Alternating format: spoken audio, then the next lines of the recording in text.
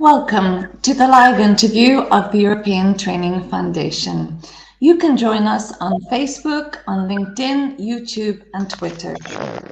Today, we are going to talk about the importance of quality assurance in vocational education and training, and the importance of networks for mutual learning.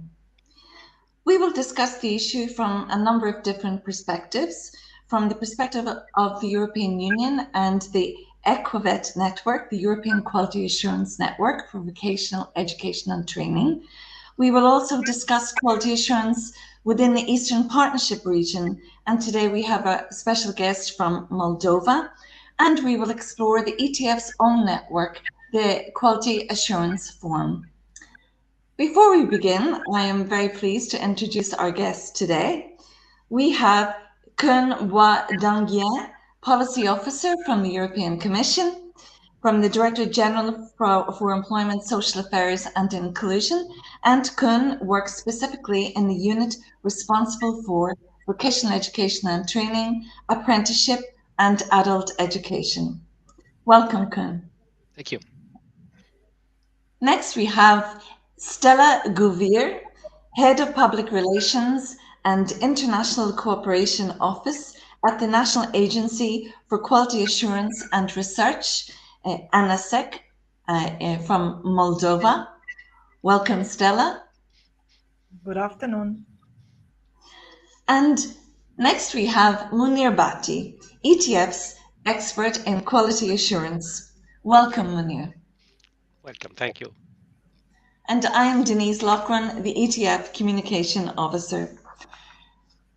Before we get started, we want to say a special welcome to you, all our guests.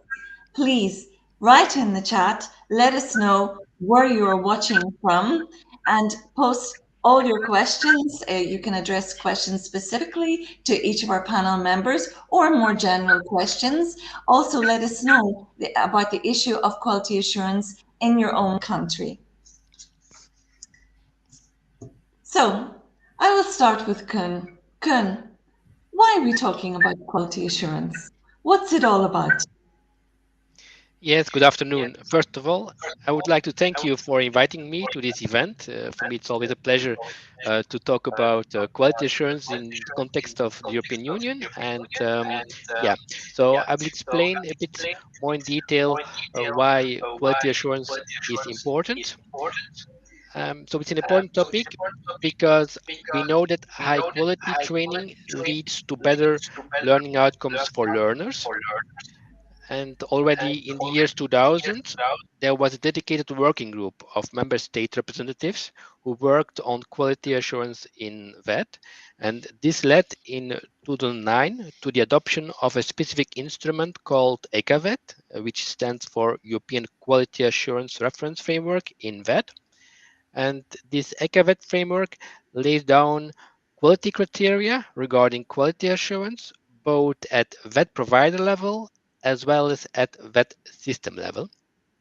And so in addition, this ECAVET framework also defines 10 indicators. For example, these indicators underline the importance of self-assessment using performance indicators, which is an important topic as well in the context of ECAVET. Furthermore, the ECAVET framework also asks that each member state sets up a specific ECAVET national reference point in the member state, which is in charge of adapting and implementing the ECAVET framework at national and local level. And based on this ECAVET framework, we have organized in the past many peer learning activities and working groups on various topics related to quality assurance.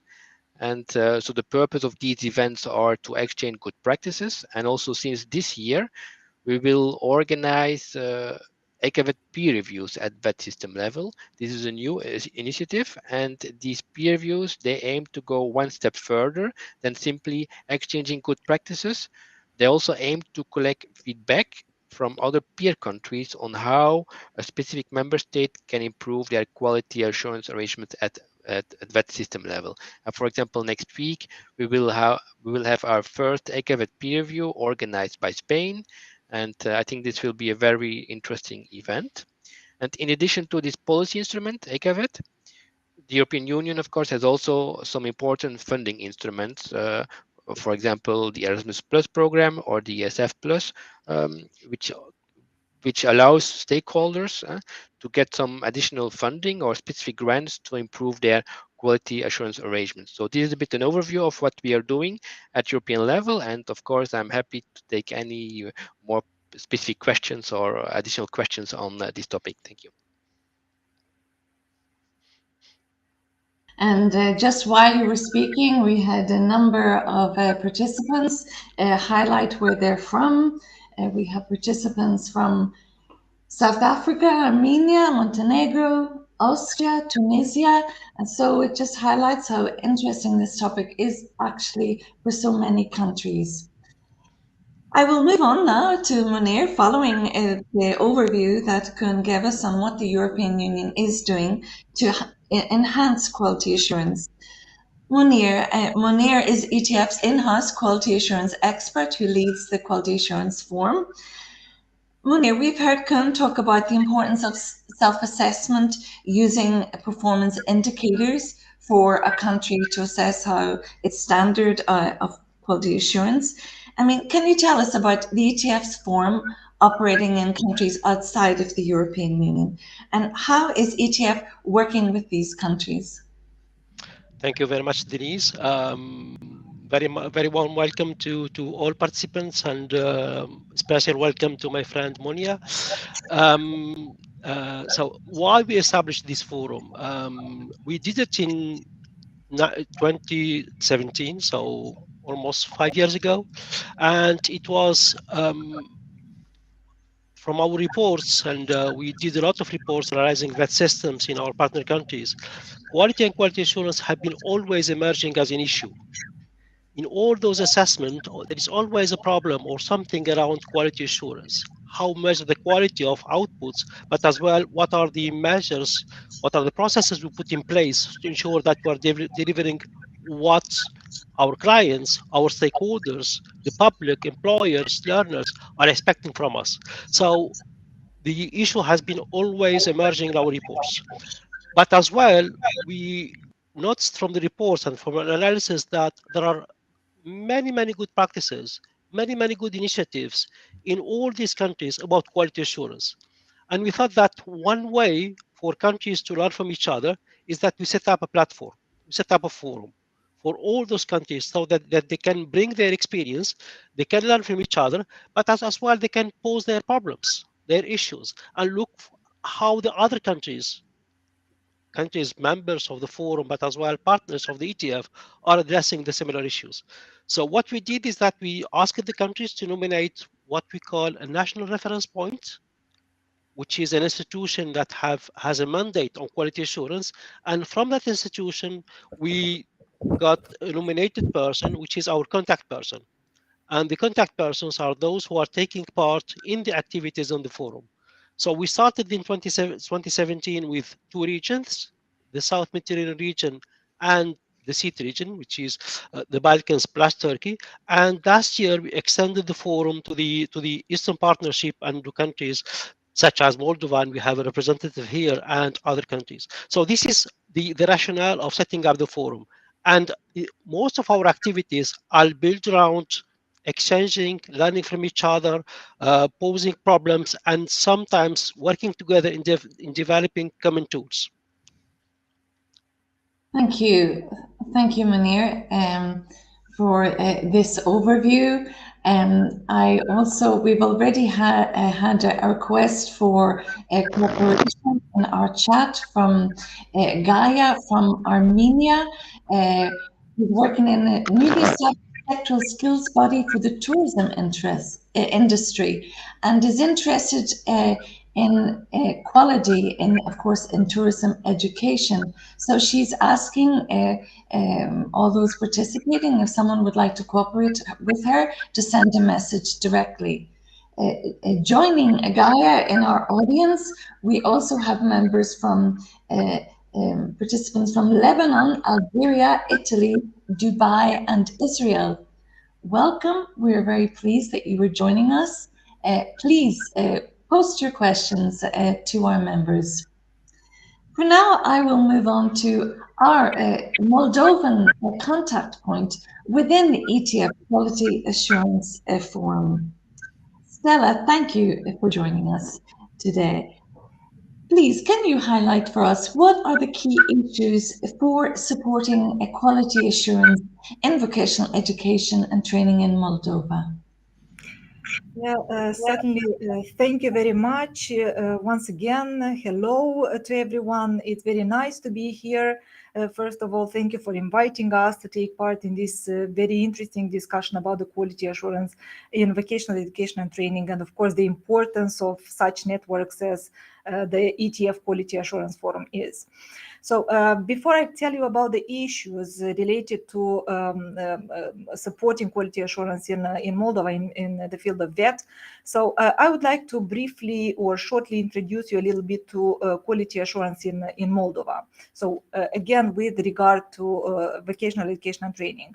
So although quality of education is not actually a brand new notion, as education institutions and education authorities have always made efforts to achieve quality in education when it comes to the teaching and learning process, teaching staff, curriculum, technical endowment, and so on. Still in Moldova, it was not conceptualized until the new reform came into force with the new education code in 2014, which set up some new or clearly defined some new notions related to quality assurance, like quality, what is quality in education, what is evaluation of the quality in education, what are standards, quality standards, evaluation standards, accreditation standards, and so on. And thus, among many other amendments that were made to the VET system, there was a new article introduced about the quality assessment that should be carried out on the basis of some national reference standards, accreditation standards, and the methodology approved by the National Agency for Quality Assurance and in Education and Research that I'm representing today. So, and that this quality assessment should cover many areas in VET, like institutional capacity, like educational efficiency, including school results, quality of vocational training programs, institutional management, and so on. So the assessment of quality is done both in Moldova, is done both for study programs in VET and for VET of the VET institutions themselves. So it's done externally by the agency, by the quality assurance agency, and internally by the institutional quality assurance structures that were established based on the new provisions of that code. So, and generally speaking, the quality assessment process in VET also consists of several steps. So, application submitted by the VET institutions for an external assessment and the elaboration of a self-evaluation or self-assessment report, according to some guidelines that are developed by the agency. Followed then by the establishment of an expert panel, which analyzes this self-evaluation report. The next logical step in this activity is the study visit, which currently is carried out before the pandemic period. It was only done on site at the educational institution. Now we have new amendments allowing us to do the study visit both online, on-site, or in hybrid mode, so we can join these two parts together. The expert panels then develop or elaborate an external assessment report highlighting the strengths, the weaknesses identified, providing recommendations for improvement and some mandatory areas for improvement. These results are then validated by some profile committees that we have established within the agency, by the governing board of the agency, and finally the final decision is made by the Ministry of Education and Research. As a result, there is a follow-up activity when the institutions, based on the results, of this external evaluation have to draw up some corrective action plans to, for example, eliminate identified non-compliances, action plans for improvement, and strategic development plans. So the results of this process can be different. Yeah, so it can lead to an authorization or a non-authorization of a study program or institution, or accreditation or non-accreditation of both of them. So but what is really important now to mention, speaking about the issues already, is that quality assessment in vocational education and training has not yet covered all institutions and study programs. So many of them were assessed, but not all, which does not allow us to have a comprehensive picture of the system. Although some common issues have already been identified at the level of the institutions already that were subject to an external evaluation, mainly in the rural area. So we can see that there are problems or issues related to the lack of qualified young staff. Yeah, many of them being quite old pensioners who are not really specialists in the field. Poor technical endowment. So or insufficient provision of the book fund in the libraries in the local language, or lack of continuous monitoring of the employment of graduates from the vocational study programs. Nevertheless, following a recent discussion, actually, even today, I had a discussion with managerial staff from the VET institutions. Although on the one hand, they find it that not all quality standards are clear, and that some of these quality standards are quite high for them, which and it's difficult to achieve these standards, given especially the current socio-economical situation in the country. On the other hand, they regard this new experience for them, because it's for the first time they are involved in such activities. The new experience of self-evaluate assessment and then external assessment, very useful and value-adding for the institution. So it gives them the possibility to reflect on the current situation within the institution, the challenges they face, and of course they get the recommendations on how to overcome them. And based on these recommendations, they are able to develop further their strategic development plans. Another issues that this time the agency is dealing with is first of all finding the relevant experts from the business environment and academic staff with experience, namely in VET, in order to establish these expert panels. There are also some misunderstandings created by the legal framework itself, especially with regard to the decision-making process. But luckily, just recently, some new amendments were made to the legal part, and we are it's much clearer on the decision process. Also, we also face the challenge of not having a really consistent follow-up procedure. It applies only in the case when there are problems within the institution related to the quality of their delivery, and not so much in the case when everything is fine. And another one is the fact that the agency is currently not an independent body. It's subordinated to the Ministry of Education and Research, which creates a lot people are public servants. We have to undergo different conditions for employment, even of the staff, of the experts in the panels, and we are facing some other issues like that. So these are some of the issues that we are currently working on and trying to overcome the difficulties or the problems that we are having. But luckily, we are on the right route. So and we hope that everything will be set up in the near future. Okay, thank you so much, Stella, for such a comprehensive response. You, in fact, dealt with one of the concerns that was expressed in our chat about the lack of involvement of the private sector in quality assurance. And this is something which I will turn to Koen now, because I'm curious to ask Koen what he finds are the main challenges in developing quality assurance mechanisms, and is involving the private sector one of them? Yeah, well, yeah, indeed. One of the main challenges concerning quality assurance in VET relate in particular to support upskilling and reskilling of many young people as well as adults. We know, our societies are confronted with important and rapid changes. For example, the green and digital transitions, which we are currently experiencing. And indeed, yeah, many employers will have new needs and new skill needs. There are new skill requirements, and this is important that learners, adults in particular, yeah, are able to adapt to these new skill requirements which are in the labor market. And so this is one of the main challenges. And so also for potential learners, it's not always easy to have a correct understanding of the quality of courses and training opportunities which exist.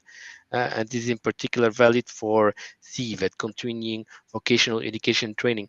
And then in particular regarding this question about employers, what we say within the ECAVET framework, or what the ECAVET framework underlines, is that stakeholders, so trade union representatives, but also of course employers representatives, should be involved in the whole quality assurance cycle. So in the four steps of the quality assurance cycle, from the planning, developing, um, checking, and also adjusting. So the four cycles, which are based on the PDCA cycle, and which is also one of the cornerstones of the ECAVET framework. So it's important that employers have a role and have an opportunity to really also be involved in these four steps of the quality assurance process. So this is a bit what we try to also underline in our ECAVET framework.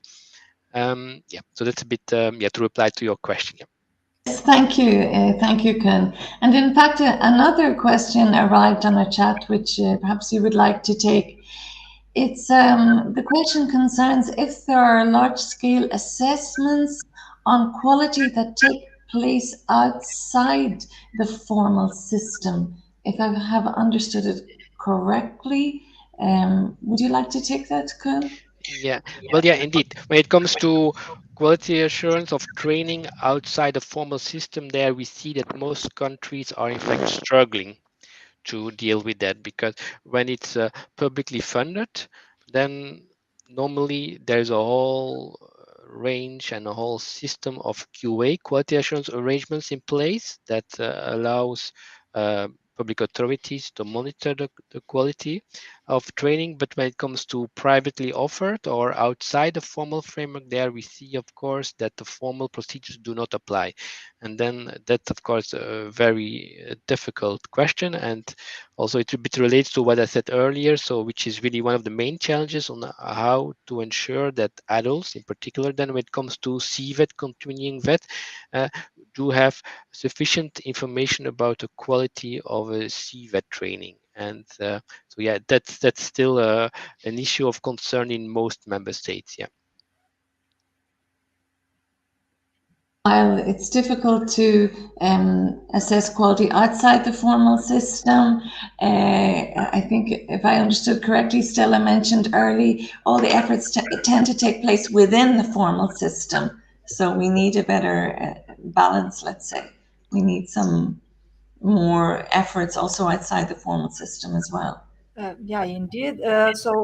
Just to mention what Koen was already speaking about the CVET. Yeah, so the agency is also in charge of the external quality assessment of the um, continuous professional training, so which is part of the CVET.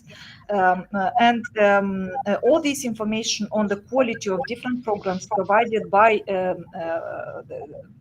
CVET providers, let's say in our country, is actually also made available to the people on our website. So everybody who is looking for a training course like that, so can go to our website, and in case they find that training course, the results of the quality assessment on that training course, and find that it's okay, it's fine, and that they can go there. So it's like in free access, everybody has the possibility to, or even to contact us directly and find out more about the quality in a specific CVET provider. Okay, thank you. Um, I will just say hi quickly to some new participants who are coming from Jordan, from Palestine, and from Azerbaijan. Welcome. Thank you for joining us today. In fact, now I have a question, which is unfortunately a very topical question at the moment, and that is it concerns the key elements for boosting the image of TVET. We heard earlier, this is why quality assurance is so important in refugee communities, especially through delivering for vulnerable groups, I imagine. Mounir, perhaps would you have something to say about that? It's a very tough question. It's a very tough question. And thank you, Denise. Thank you, dear Denise, for that. Well, image of VAT is not that high in many countries, but not all in all countries. We have to remember that in many countries, even in the South Mediterranean region, some segments of the VAT system are very much attractive. I'm thinking, for instance, in some schools, VAT schools in Morocco, which are so attractive that they cannot cope with the demand coming from learners to register in those schools or own those schools. And those schools have very specific management system.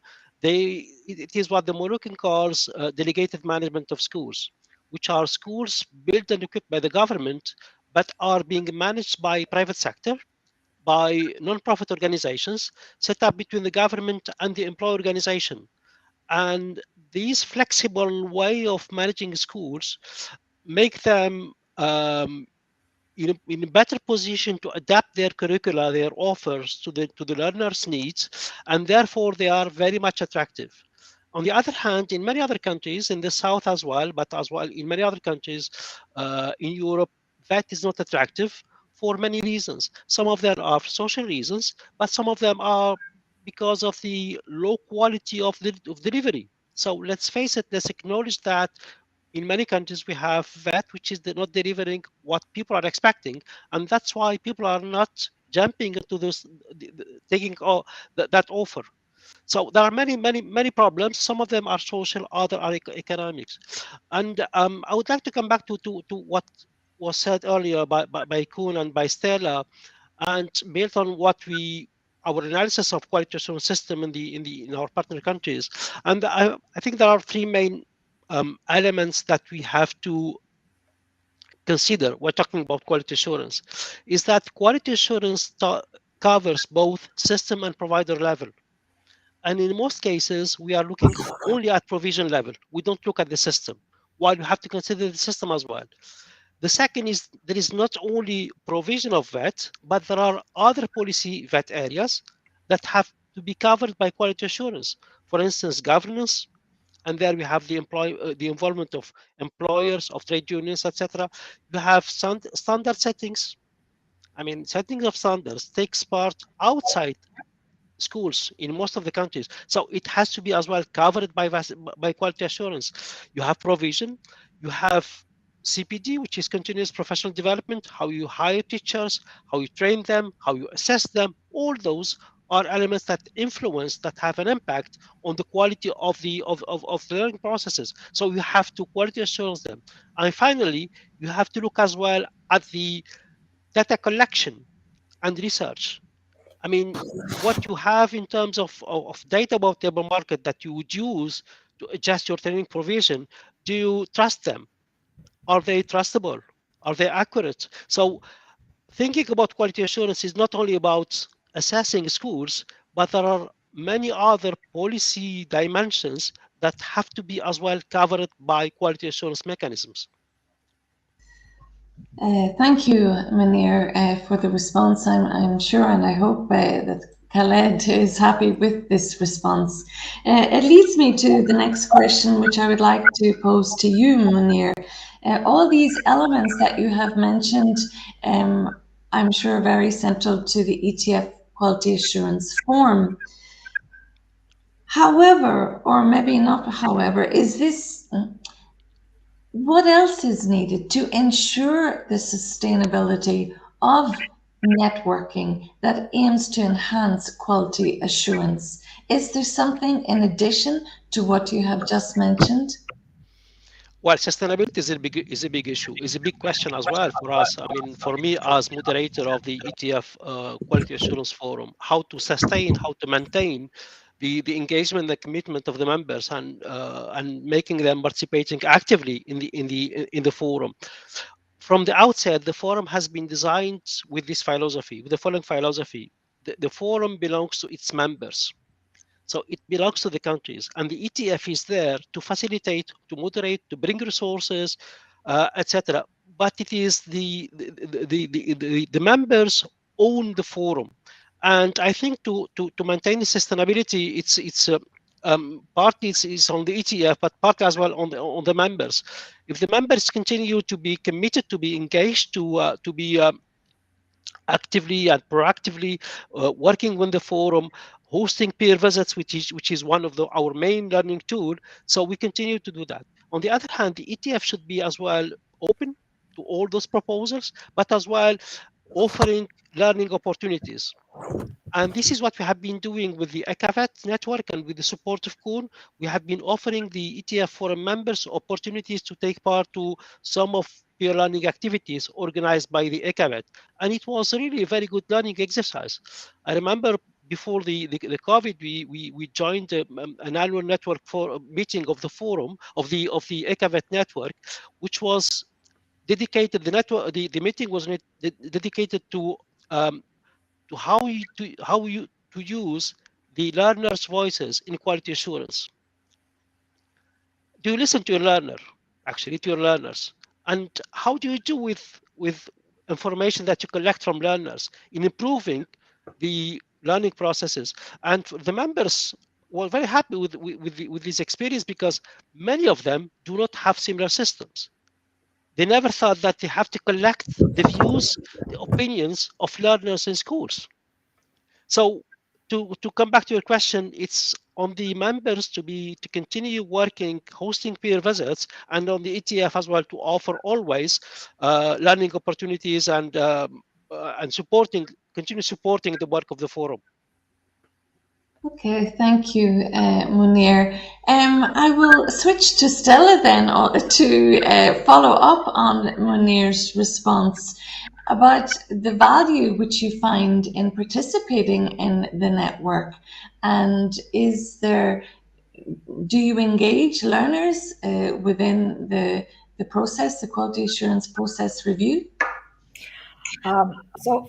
First of all, let me answer your second question, whether we involve learners in the in the external assessment process. No, at the vet level, we do not involve learners because we do not involve them in expert panels, but we involve them in the interviews that are carried out during the site visits. So they have a voice there. So, and we actively encourage institutions when drawing up their self-assessment reports to also involve the students to apply the mechanisms, the feedback mechanisms from students, of course, from pupils, as we call them in our system. Now, speaking about the value of being part in the ETF Quality Assurance Forum, so as I already mentioned, there are two parts of the quality assessment: is the external quality assurance and internal quality assurance, which on the one hand, externally, it's ensured it's the responsibility of the Ministry of Education and Research and the National Agency for Quality Assurance in Education and Research. And on the other hand, internally, it's the institutions themselves that are responsible for their internal quality assurance. So, but nevertheless, both of them, external or internal, they have to be based on national regulations, quality assurance standards, but also very important, that's why many of the vet institutions find the quality standards quite high, because they have to take into account the quality standards, criteria and indicators implemented and also recommended at the European level. So, and thus, in order to ensure this link between national and European approaches and practices and their aligning, the agency over time, since its establishment, has become a member of various networks, various associations, namely in higher education, in general education, and since 2020 we have become members of the ETF Quality Assurance Forum. And here I would like to mention that we were very happy to be invited to be part of this forum, as we actually at that time felt a need for a platform of learning and sharing good practice in the field of quality assurance in that. As soon as we became partners, so already from the experience that we've already had for a year, and so we started to actively engage in its activity. We hope we are quite active, namely in drawing up. Mounir can tell whether that is true or not. Namely in drawing up, for example, we started with a country fish.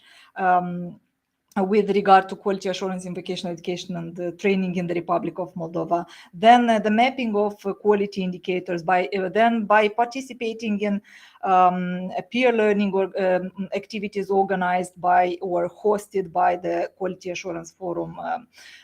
During the pandemic period, we took part in all the webinars, and more recently, we got involved together in the activities of another project called Enhancing Quality of Education in the Training in Southeastern Europe, which is led by the Education Reform Initiative of Southeastern Europe. And we, of course, hope for a further fruitful cooperation and engagement.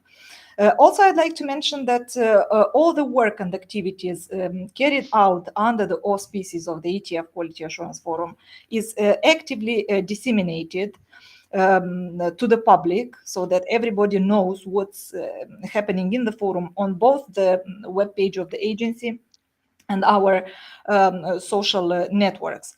And also this is also reflected in our annual reports that are again made public. And in this case, in this way, we want to increase the visibility of the network and to highlight the importance of the work it is doing.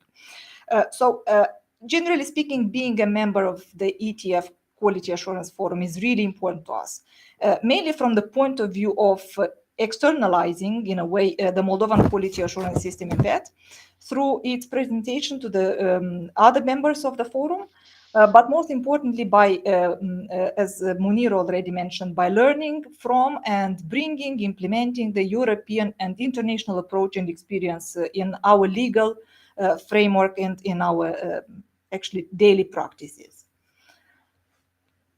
Thank you, Stella, and this is great news. I'm sure Mounir is delighted to hear this, but we also need ETF because we consider this forum is actually as one of our best networks. So it's great to hear from a national contact point in our partner country how valuable it actually is.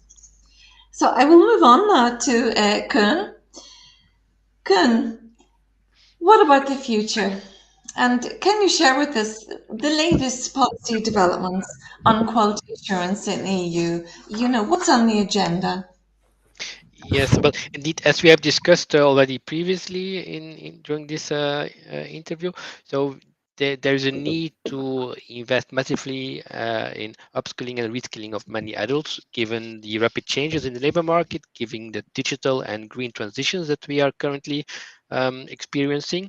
And so the European Commission has proposed in December last year 2 initiatives which aim to facilitate these transitions. And the first one concerns the development of an European approach regarding micro-credentials in the field of learning. And the second initiative concerns the development of individual learning accounts. When it comes to the first initiative, so micro-credentials, so to be clear, micro-credential is a record or a proof of the learning outcomes that the learner has acquired following a small volume of learning. And so these micro-credentials, they allow for more targeted and flexible acquisition of skills to meet new and emerging needs in society and the labor market, notably, for example, following changes related to the green and digital transition. So currently, the Commission is negotiating with the member states on a concrete approach on how to foster the use of these micro credentials in the EU, and we hope that we will finalize this instrument in June this year, so in a couple of months. And then the other related initiative is the individual learning accounts. So an individual learning account consists typically of giving a financial amount to an adult so that he can follow a training to improve his or her skills and employability. In some countries, for example, in France and also in the Netherlands, they are already experiencing with this kind of initiatives of individual learning accounts, and also the Commission is developing a policy instrument to support member states who would like to implement such a scheme to help them and support them in their implementation. And also there, quality assurance is an important topic of these ILAs, individual learning accounts, and France has developed a very specific methodology to quality assure trainings offered in the context of their ILA scheme, and it's a useful method. And I think also some other countries inside and outside the EU can learn from this. So I see these two developments as quite important, and I think we will discuss certainly within the ECAVET network. We will continue to discuss these developments from the QA point of view. Koen. Mounir, we have heard from Stella how the developments within the EU are really, filtering down into partner countries and helping them to improve their quality assurance mechanisms. But is it always the case? I mean, we've heard from Stella, it's the case in Moldova, but the challenges in countries are very different, I imagine. And I would like to ask here, how does the ETF bridge all these differences? Yes, we in the forum we use the ECAVET framework because it's composed of set of indicators and descriptors, and we are using them. But we are using them for the purpose of analyzing VET systems, quality assurance systems, and we draw the attention of the members of the forum that they shouldn't copy paste between brackets those tools. I mean, they have to consider them as tools that have been designed to improve systems. So it's you look at it as a tool. If it is helpful for you, use it. If not, don't use it. But think at the philosophy supporting the tool. I'll give you an example. In the ECAVET framework, you have a set of indicators. And those indicators are, some of them are input indicators, process indicators, outcome indicators, output indicators, and they cover more or less the whole VET system. So what we put forward is the idea that do you use indicators to measure the quality of your system? If not, what do you do? How do you know that it is relevant if you don't have indicators? If you are using indicators, do you have a set of indicators that covers all those different areas of VET? For instance, do you collect information indicator on the training of trainers? How much they on average for training per year, or how much investment? Do you collect information about the employment of graduates? So we draw always the attention of the members on the fact that those tools are useful to address issues. So you may have your own tool, that's okay. But if you don't have, ask yourself, why don't you collect information on that? Why don't you use indicators on that? And on the other hand, we have always the temptation from ETF partner countries in general in quality assurance, but as well in other issues, other domains like qualifications. There is always a temptation from countries to import that system and to say what is good for Europe is necessarily good for us. And what we tell them is ask yourself what it is good for you, because you have different institutional settings, you have different culture. The tools at European level are the result of consensus between 27 member states. If you think about the ECAVET, colleagues who started in the early 2000s designing the ECAVET framework, they started with 200 indicators. And it was narrowed down to 10 because it was a result of consensus. Many member states were not fine with some of the initially proposed indicators. So this is to say, if it is a result of consensus, so think about it before starting using it. So in one hand, it is useful. On the other hand, think about usefulness of it in your own context.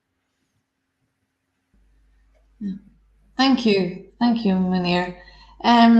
Well, I will move then to Stella, just to follow up on what Mounir has just said. Based on your experience, Stella, within the network, what advice would you give to potential members? With the risk of repeating what I have already mentioned in the answer when answering the previous question, so there are certainly a lot of advantages when you are a member of such network as ETF Quality Assurance Forum, and it is definitely worth being and feeling that you are part of a community of practice. It is also worth mentioning here that apart from learning a lot from other members, building connections, creating both personal and institutional links with other members for further cooperation in terms like, I don't know, for organizing joint events, exchange of staff, taking part in joint projects, benefiting from this external expertise and so on. So this should also lie at the basis of bridging or creating these connections between the members in the forum. And also, as more institutions join in, these possibilities, of course, increase.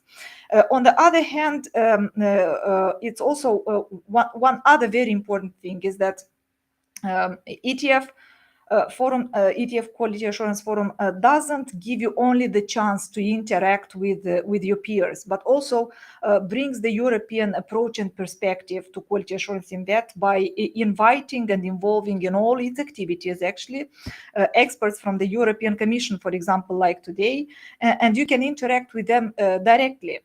And one more, so on a more joyful note, like I would say, all these pleasure, doesn't cost you anything, so all these opportunities are given to you for free.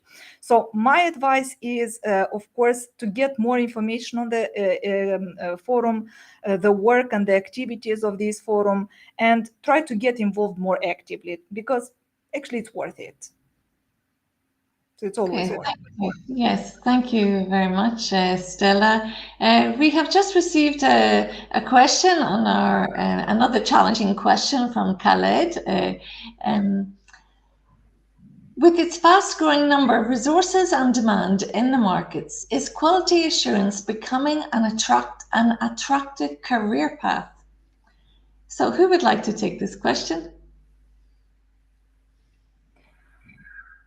I don't know whether there is an organization nowadays which doesn't have a quality assurance unit. So it is an attractive career path, yes. Yeah, and that creates new, let's say, job opportunities for people and for institutions, higher education institutions, for example, in our case, that actually provide such kind of study programs in quality assurance on, of course, different areas. So, okay. Thank you. We have some more greetings from some more participants while you were speaking. We have Camille Gishti from the Regional Development Agency in Berat. So thank you for joining us, Camille. We are now coming to the end of our session, and you've all been wonderful panel members. I think the session, it wouldn't be complete without giving our thoughts to all of Ukrainian citizens and what they have had to go through in the recent times. And I would just like to pass here to Koen, who can share with us some of the initiatives that are taking place at European level to support them. Yes, indeed. Yeah, what is happening in Ukraine is real tragedy, and from the European Union level. So we're also trying to support Ukraine and Ukrainian refugees as much as possible in our field, and for which we are responsible, field of education training. And I can, for example, announce that or mention that the ministers of education training of the EU countries will have a meeting beginning of April to discuss how yeah, the education training system can become more resilient and better able to deal with unforeseen crises such as the war that we currently see in Ukraine, and also other crises more from a larger, more strategic perspective, like for example the COVID crisis that we had also experienced in the recent past. And so currently there are various working groups set up in the DGs, Director Generals for Education Training, and also in my DG Employment, to see how we can support countries, or the EU member states, to host and to accommodate the Ukraine refugees, in particular in schools and in the field of education training. For example, my DG Employment, has set up, sent a survey to map good practices in the field of hosting refugees from Ukraine, and in particular to see how member states can learn from each other, how they can yeah, improve their policies to host these Ukraine refugees. And so it's also next week we plan a seminar for our key stakeholders in VET on this topic, where also there will be an exchange of good practices. So currently many initiatives are being prepared. So I'm not at all exhaustive. But yeah, this is a topic of huge concern for us, and yeah, we're doing what we can to support people from Ukraine in this difficult situation. Thank you, Koen. I would also say that today on the ETF website, we have launched a resources section for Ukrainian citizens with the links to all the help and support that is available in the field of education and skills development. I think we've covered everything. It's been a joy talking to you all, and also with the engagement of all our participants. I thank you wholeheartedly, and I hope to have the opportunity to interview you sometime soon.